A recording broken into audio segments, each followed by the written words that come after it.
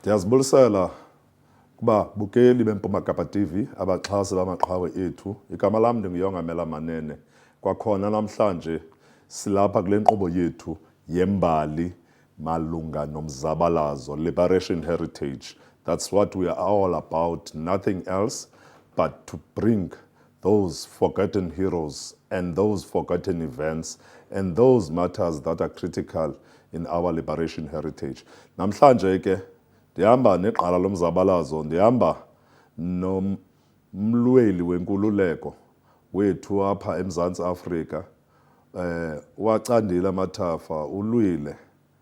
Ngoku ke namhlanje sizothetha ngento ezininzi eziquka nento ebisanda kwenziwa i-multi-party charter equlethwe yimibutho oppositions. All those opposition parties that gathered in Johannesburg to draft and come up with multi-party charter on the 18th of August. Ndihamba ke nobhudmlamli Tsotsi. Mamkeleni emakhayeni enu. Siyakubulisa ke bhuti. Abulisa wayike.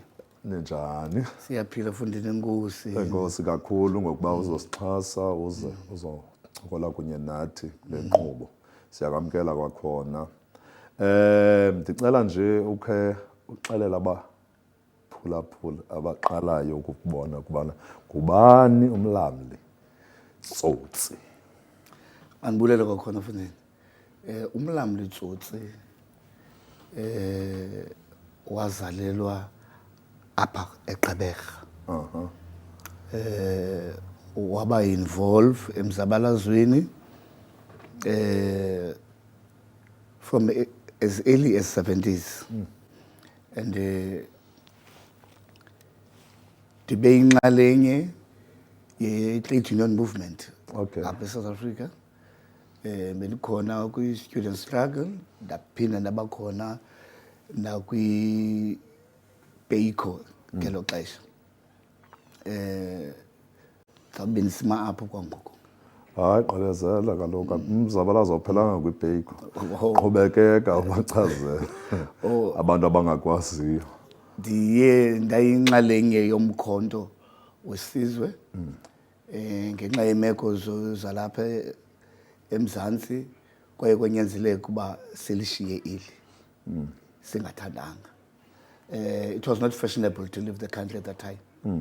Ngoba anything could have happened. Bunofela nasendleleni. Saya ke kwezo nkambi zomkhonto and we survived, we came back. Uyeke umlamli Tsotsi lo. Yes, at that stage the flower yayingekho wakumnyama. But you chose to leave the country. So you are a liberation war veteran. You are uzabalazile, ulwile. Kwelezi veki zipheleyo kubekho some conference made of opposition parties up in South Africa. Okay. And we all saw it. As a liberation person, when I'm doing Bupaya in the forefront of the struggle, in the battlefields, Bukhona, nase boardrooms as a trade unionist. Can you give us your perspective on this matter from someone? What does this mean for South Africa? What does it mean for Abantu? And the good or the bad about it, all of it. You know, what's interesting about this opposition politics in South Africa, you know, but I don't think they understand their role completely. I don't think. Can you share for Amapulapul what is their role? Yeah. Even before we go there, or maybe let's start there, the role of the opposition should have to do with improving the lives of South Africans. Unfortunately, bona, the opposition, into yabo is to deal with the ANC. With the ruling party in this Yeah, with the ruling party, which is ANC. Yes. That's all their focus. Deal with it. At some point, there was this strong belief from opposition that you need to take ANC out of these metros, so that once that happens, baphathe bona.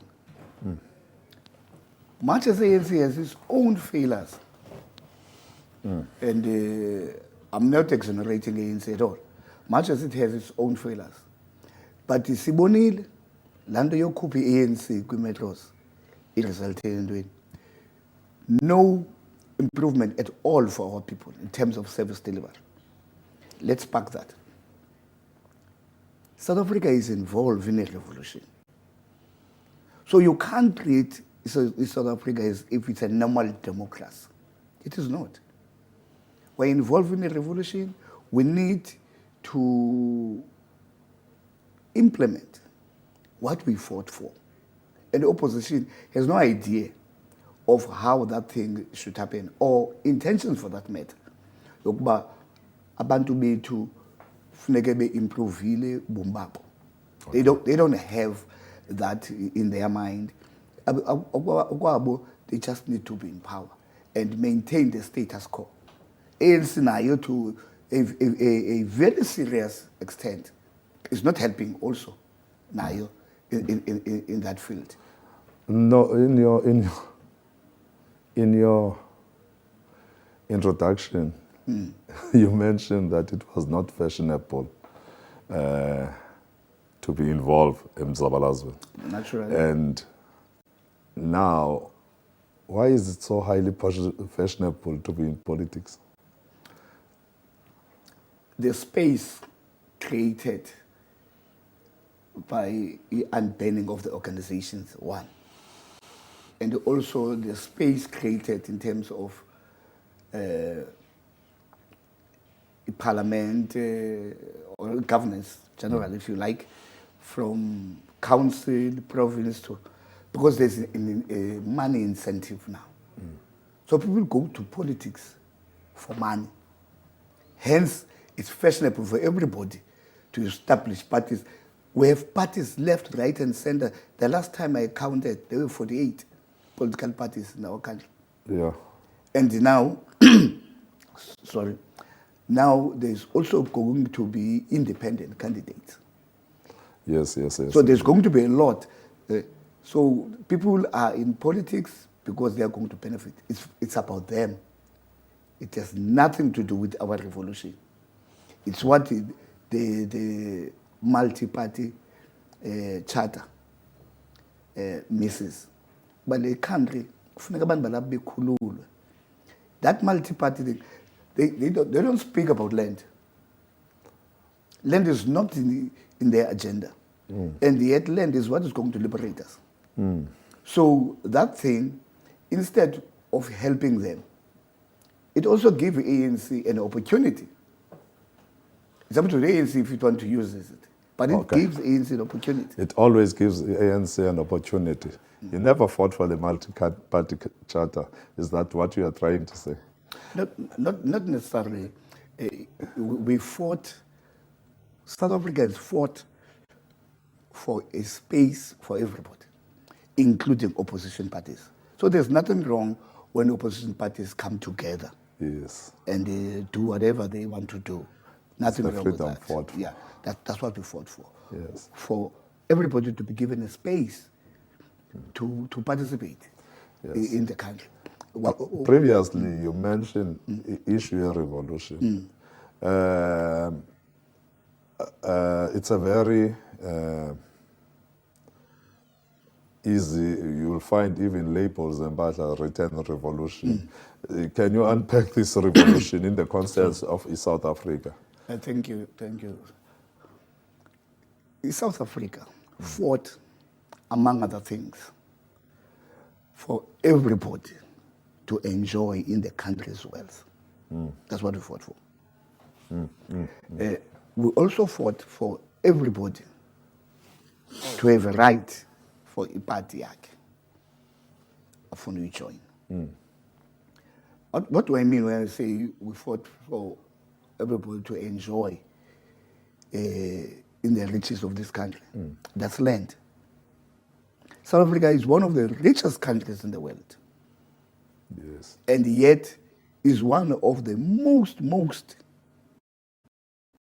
society in the world. And the more than 90% of South Africans are poor. And hardly 8% of the population yalap. Filthy rich. So we need to ensure that everybody, South African, has not only access, but has a right to the mineral resources of this country, which currently ANC is failing us on that. Because much as mineral resources are owned by the state, in principle only, because states give license to mines to mine these minerals. But those people that are mining the minerals, they are enriching themselves only, not the people of South Africa. And those mines belong to South Africans. Yes, of course. Those resources belong to South Africa. Yes, and they're not benefiting from that. That's what I mean by a revolution, changing the status quo. And this is what opposition does not understand. And this is what people who join opposition do not understand. But there's a bigger picture here that we should look at. Okay. A picture whereby South Africans benefit, question the beneficiation, you know, which may lead us to something else. You spoke about this multi-party charter. Yeah. There was also a BRICS summit, Yes.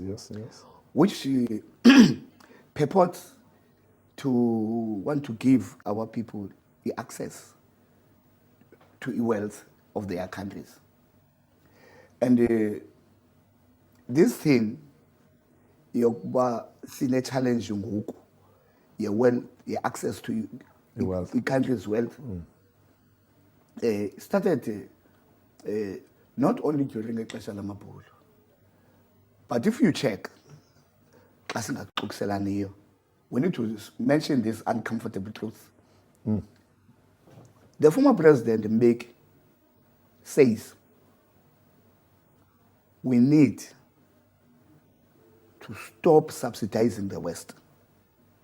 He says this thing. We need to stop subsidizing the West. Your NEPADs, African Renaissance, all those concepts. So Africa was coming together,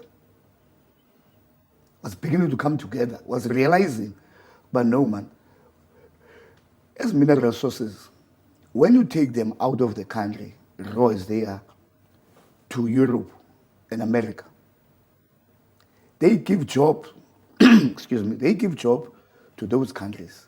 Yes. And starve us the jobs up. And when they come back as the end product, they're very expensive for the very South Africans. Yeah. So this is what the country should be about, ensuring the access to the wealth of the country. So the revolution is about that. Okay. Simple.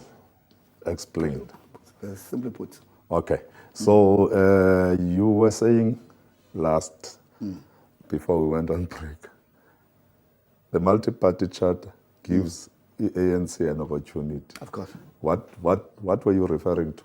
We promised our viewers that we're going to come back and talk about this opportunity. One, they have not consulted them, the people who vote for them and hear their views about that.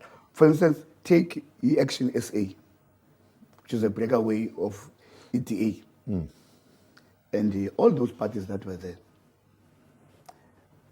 People who supported Action SA are people who are disillusioned by ETA and voted for Mashaba. Now they are coming together And some are ANC. Yeah, yeah, of course. Disillusioned. Yeah, of course, others were disillusioned by ANC. It's a fact. Now they are coming together and saying, let's have this pact against ANC. That alone unsettled people who support them. But what? No, no, no, no. That's not what I want most. I don't want to work with the. Okay. I don't want to work with any of those parties there. That thing gives an opportunity to ANC now. Okay. As to how ANC is going to utilize it, it's up to it. All right. But Yonanji, it's a failure on its own. Wow. Wow. It's a very interesting perspective, and thanks for that one, Mlam.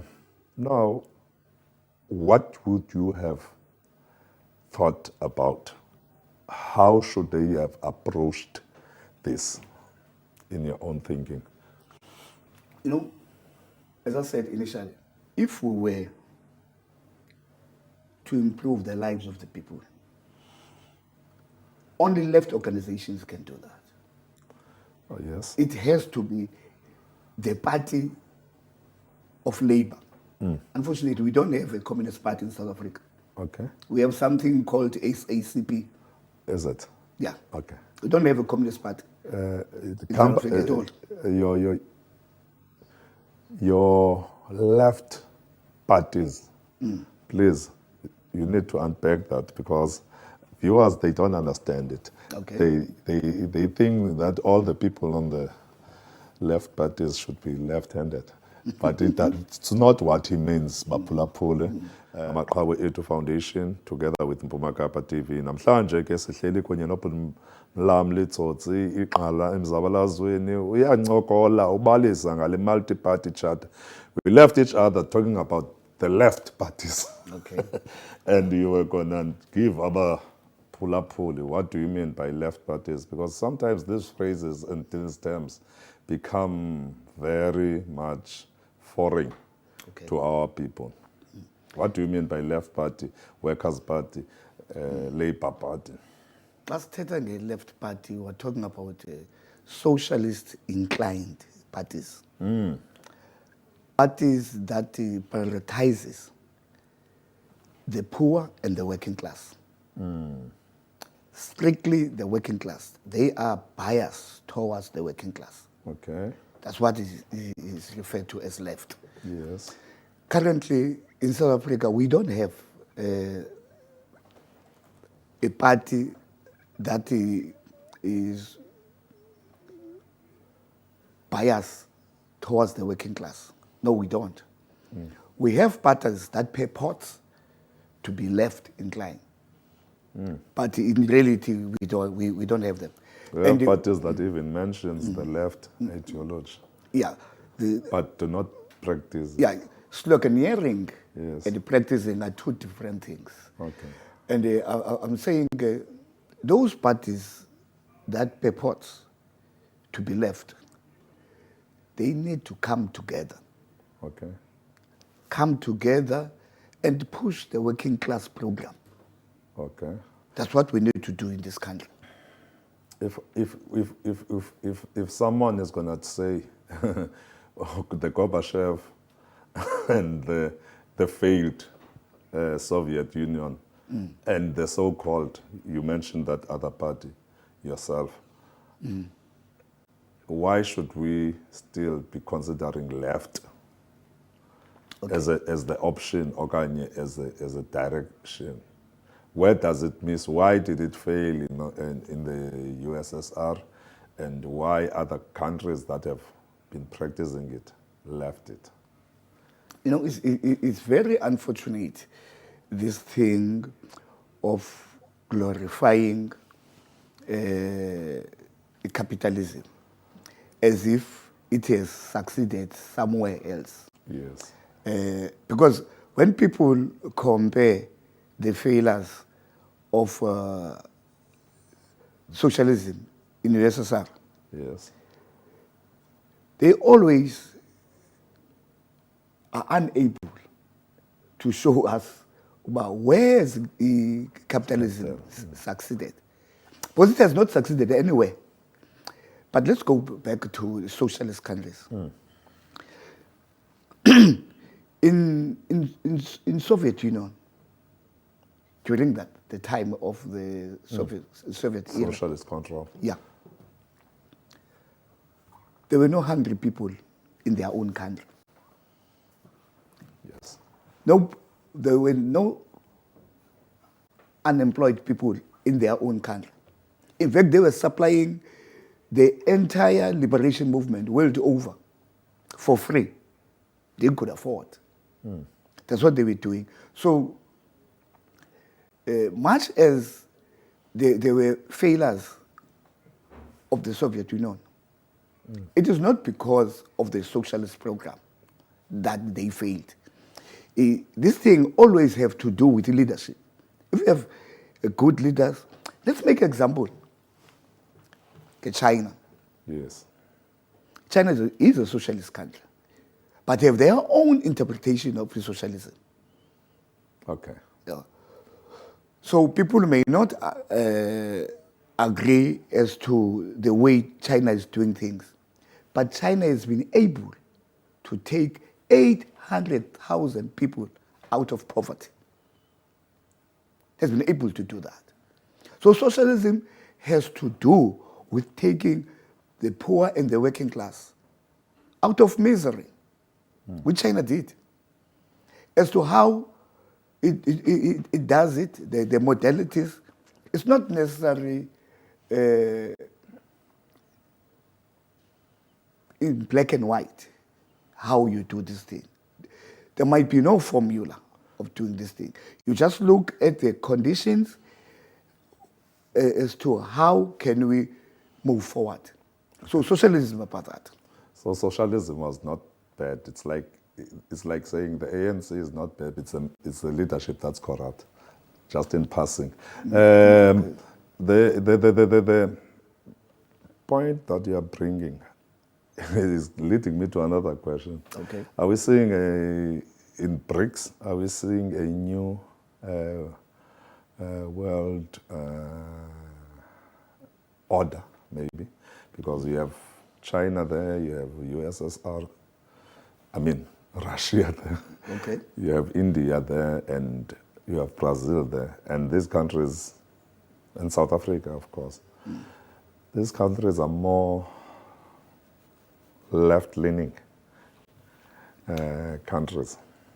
Okanye Not necessarily. left-rooted. Not necessarily. Because there's too much communist in South Africa as well. Yeah, not necessarily. South Africa is a bourgeois country. Yes. We practice capitalism in South Africa. We live capitalism. Yeah, we live it, we eat it, sleep it. So South Africa is a capitalist country. One.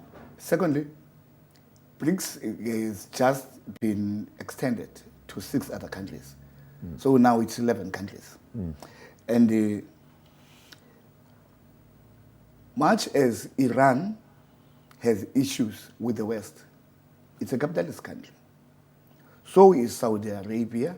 So is every other country that has been added there. However, what BRICS brings, yes, is a multipolar world.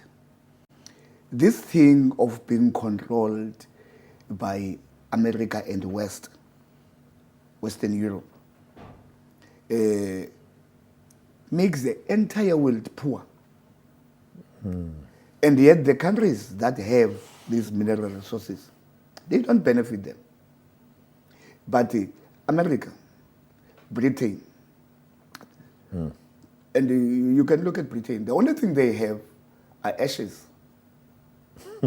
Yes. They have nothing else. They used to have coal, but now they have ashes. And yet is rated as one of the richest countries in the world. When they have stolen our gold, Britain has a gold criminally taken from South Africa. Yes. They committed a crime. At some point, at some point, the story of Mendy, which is told wrongly. Every time it's told wrongly. Yes. Story of Mendy. The story of Mendy. We're going to come back and hear about it. Welcome again, Puti. Yes, yes. Yes, yes. You left abaphulaphuli uthetha ngento yokubana the Mendy, the 1917, if I'm correct, 21st of February, sinking of Mendy. It's an incorrect narrative. What is the right narrative? And can you share with the viewers what you know? It is suggested that Mendy had soldiers, African soldiers, that went to war in France.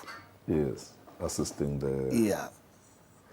The allies at the time. Allies, yes, Yeah. yes. It's a wrong narrative. Mendy, firstly, was a cargo ship. Yes, yes, yes, yes. Cargo ship. British packed gold into Mendy and used those Africans to put that gold in that ship.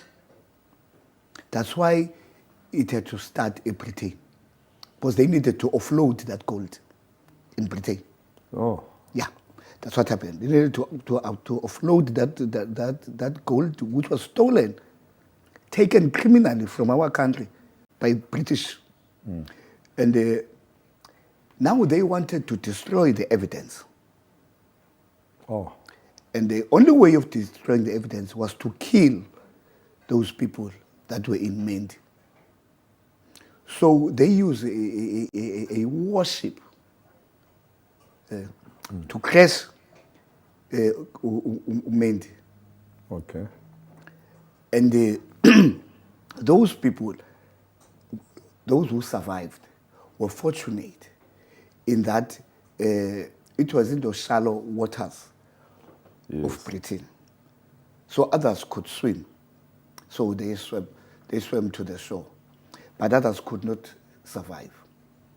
So it was a deliberate act to murder our people. So Britain murdered our people deliberately. They planned the thing. After offloading that gold, they murdered them. Soldiers going to war are equipped properly. One, they were given war material. None of them had that. None of them had that.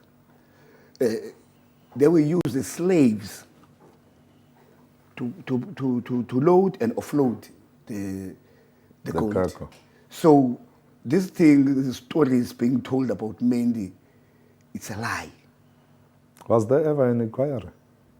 Never. There was never inquiry about Mendy. Because those people were not important to the British government. So why an inquiry? They didn't care. And South African government, which was British government, remember we were British protectorate at the time. Yes, yes, yes. So couldn't do nothing because we were Britannia. The real reason why they packed that gold to Britain, they were afraid of Germany. Germany was next to Southwest Africa at the time. Because the war was against Germans, or rather Germans were attacking everybody. So British didn't trust Germans. They thought, hey, if these people attack us here, because Germany was very strong and powerful, so they may take over our country. So let's take what they believed was their gold. They said, let's take our gold and put it safe in Britain. That's how the story of Mendy came about. Not these stories that were being told. Okay. Would you feel, or would you encourage an inquiry into this matter so that the people know their forefathers, the actual story? You know what is interesting is that even the ANC government, or opposition parties for that matter, have no interest of inquiring about this thing. You know, colonialism is genocide. Yes, I agree. And nobody has been charged. We have cases right now, if we were to look at TRC, cases that are gathering dust. No one has ever been So, charged. of course, we will have interest in making sure that these things are told properly. These things should even be part of our education system. Yes. Our grandkids should know precisely what took place in this country. Because the narrative is always praising the colonizer. People that committed genocide in our country, they are praised in the history books. That's the challenge we have in South Africa. Unless and until we get a leadership that is curious and cares about our people and the future of our kids, these stories will never be researched properly. However, the reality is that Britain knows why they have such huge deposits of gold when they don't have gold. They have ashes, but they have the largest gold reserves in the world. How did it get there? It was stolen, yeah. Yeah, criminally. By the British government. Which is they are not accounting for that. Very unfortunate. And our government doesn't seem to be interested in following that thing. We're still talking BRICS. Yeah. Yeah. And I need you to round it up at the end of the day so that we leave a correct perspective and a very liberation related context into this matter. Okay. So,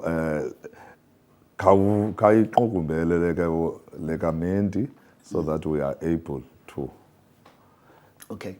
What is important is for our government and for South Africans in particular. You know, South Africans are not active, are not activists in terms of dealing with the challenges facing our country. Wabona most of the time on social media, they don't challenge issues that affects them, which is a serious challenge. And so we need an active citizenry, Okay. to challenge these issues that affect them or us. In the case of Lendo Kamendi. We fought for freedom. We fought for each and everyone's space. That's what you raised Correct. earlier on. When we got into the Mendy narrative, you were talking on BRICS, the benefits and the advantages or disadvantages of being South Africa being a member of BRICS. Okay. And I need you to talk on that. And this is our last opportunity or slot. You'll also be rounding up. Okay. Firstly, BRICS countries, 11 of them, they have oil with the added countries and mineral resources.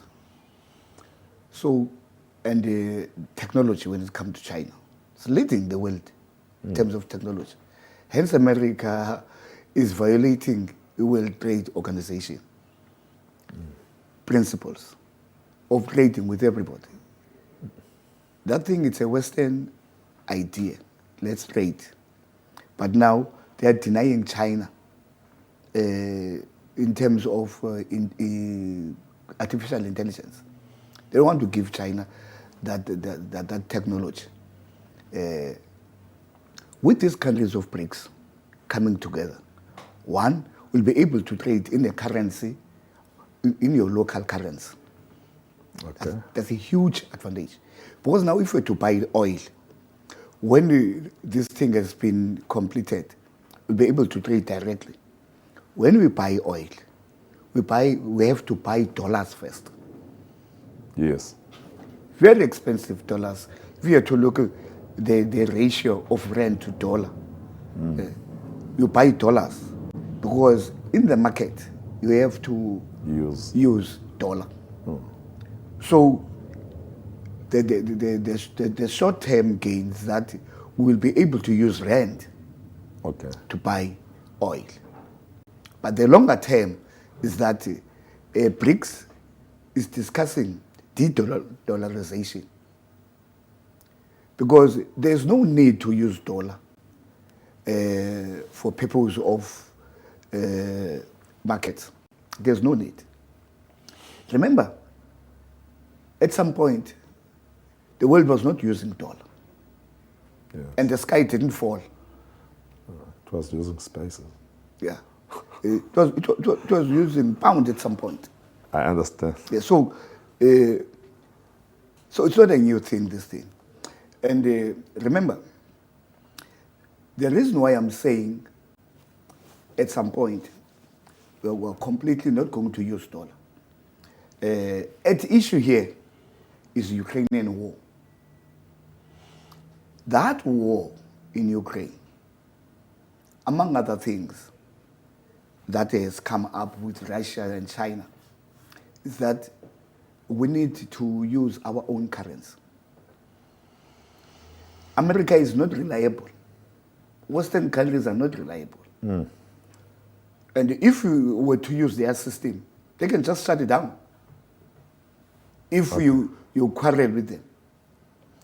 They cut you off. They cut you off. China TV, no apologies, Russia TV, it's just been cut off. And nobody is making noise about that. It's as if US has power to just do as it please. Even our own journalists are not making noise about that. Okay. Which is very bad. So Western world is not reliable. So this thing is correct of BRICS. Okay. Because it's going to benefit in terms of trade, economic or spin of it. Definitely. Relations with the strong powers. Yeah. Russia, China, Brazil. And India. India is an up-and-coming power itself. So it's a benefit at the end of the day. Definitely. In the long term. There's oil, there's technology, you've mentioned it. Now, when we started talking about the multi-party charter, and you unpacked it, and we left it when we spoke about the left party. And we have mentioned the issue that it's easy to form a political party more than before to be involved in the liberation. In your own perspective, and when you mention active citizenship, can you just round that up to give a proper perspective around these issues? You know, with this multi-party charter, they are telling South Africans that the ANC and the EFF is bad. When you do that to South Africans, you're making them angry. These are their parties. Okay. Whether someone likes it or not, but these are their parties. Yes. And in the eyes of South Africans, ANC and EFF are progressive parties with all their weaknesses, but they are progressive parties. There's something that is pricking my mind. Okay. How many liberation organizations did South Africa have in 1984? We had only 3. Okay. Only 3. Is African National Congress, Yes. Pan-African Congress of Azania, and AZAPO. Yes. And AZAPO was formed very late because it formed in 1978. Yes. However, it became a formidable force. Yes. And so we had these 3 liberation movements in South Africa. And earlier on, you said how many parties do we have now? The registered party with IEC, the last time I counted were 48. Okay. So I don't know how many are now, because the parties have just been formed left, right, and center. Okay. Even people who hated to fight for this liberation are now heading political parties. Why is there no Liberators Alliance? PAC and AZAPO have formed an alliance now. It's a good start. Okay. They have formed an alliance. As to whether they'll be able to work with the ANC in future, I don't know. But for now, they work together Yes. in all their programs. Because the common goal between these three parties was to liberate South Africa. Definitely. And they had a different ways of seeing that. But the actual goal was to liberate. Definitely. Do you think maybe if they are to be joined or having a sort of an alliance, will that work? The three liberation. It could, depending on what will that alliance be based on. If it's just an alliance to work together, at some point, it's open to win. But if it's based on a principle, but this is what we want to achieve, it may work. It may work, depending also to leadership, because everything needs a leadership. Leadership are people with vision. And if you just put people because they have numbers in the leadership, then you're going to have problem. Nizivele ke baphulaphuli, nizivele ke babukeli, esihleni nobhuti Mlamli Tsotsi ezoncokola nathi. Multi-party charter, he spoke about BRICS. Now we were concluding talking about Liberation Alliance. Maybe it's something that we need to go and think about. Valelisa kubabukeli. Thank you. You know, we need to stand up as South African and be active in the direction that the country should take. For as long as we don't do that, nobody is going to do it for us. Nizivele ke ingwevu iyabonakala siyincoko londo leyo. Indoda ingwevu. Nizibonele, he's grey. Ayingomgwevu ngutshawe. Thank you very much for supporting igama lami ndingiyonga Mela Manene on behalf of Amaqhawe Ethu kunye neMpumakapa TV. We thank for your support.